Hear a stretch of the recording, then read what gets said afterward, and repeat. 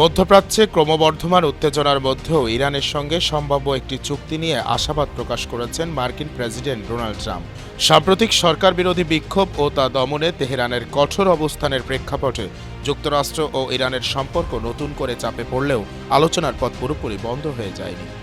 ইরানে বিক্ষোভ দমনের ঘটনায় সামরিক হস্তক্ষেপের হুমকি দিয়ে যুক্তরাষ্ট্র মধ্যপ্রাচ্যে বিমানবাহী রণতরী মোতায়েন করেছে।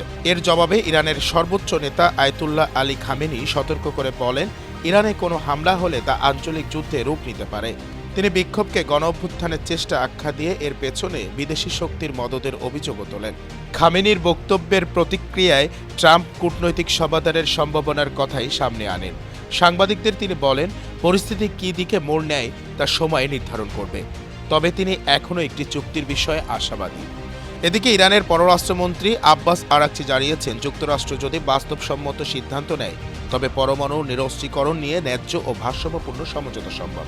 যদিও তেহরান স্পষ্ট করেছে তাদের ক্ষেপণাস্ত্র ও প্রতিরক্ষা ব্যবস্থা কোনো আলোচনার অংশ হবে না। চরম উত্তেজনা আর সংলাপের সম্ভাবনার এই দ্বন্দ্বই এখন ইরান যুক্তরাষ্ট্র সম্পর্কের বাস্তব চিত্র।